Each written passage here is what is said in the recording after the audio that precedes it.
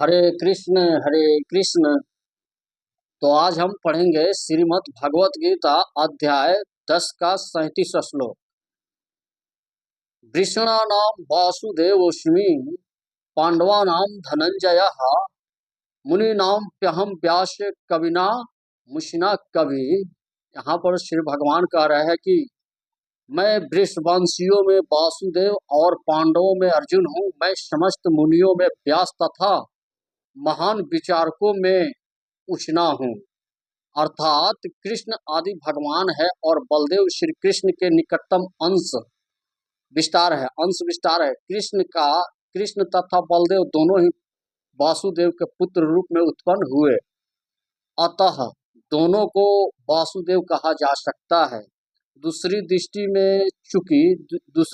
से चूंकि कृष्ण कभी वृंदावन नहीं त्यागते, अतः उनके जितने भी रूप अन्यत्र पाए जाते हैं वे उनके विस्तार है। वासुदेव श्री कृष्ण के निकटतम अंश विस्तार है।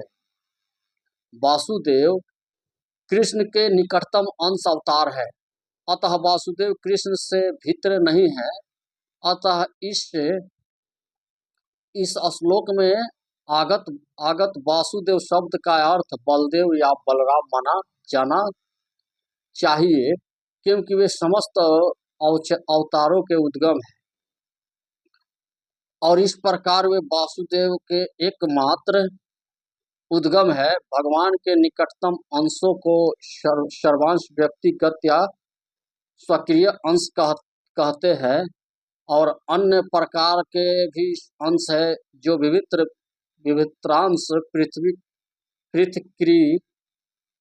पृथकीकृत अंश कहलाते हैं। पांडुपुत्रों में अर्जुन धनंजय नाम से विख्यात है। पांडुपुत्रों में अर्जुन धनंजय के नाम से विख्यात है। वह समस्त पुरुषों में श्रेष्ठतम है, अतः कृष्ण स्वरूप है। कृष्ण स्वरूप यानी कृष्ण का अंश है।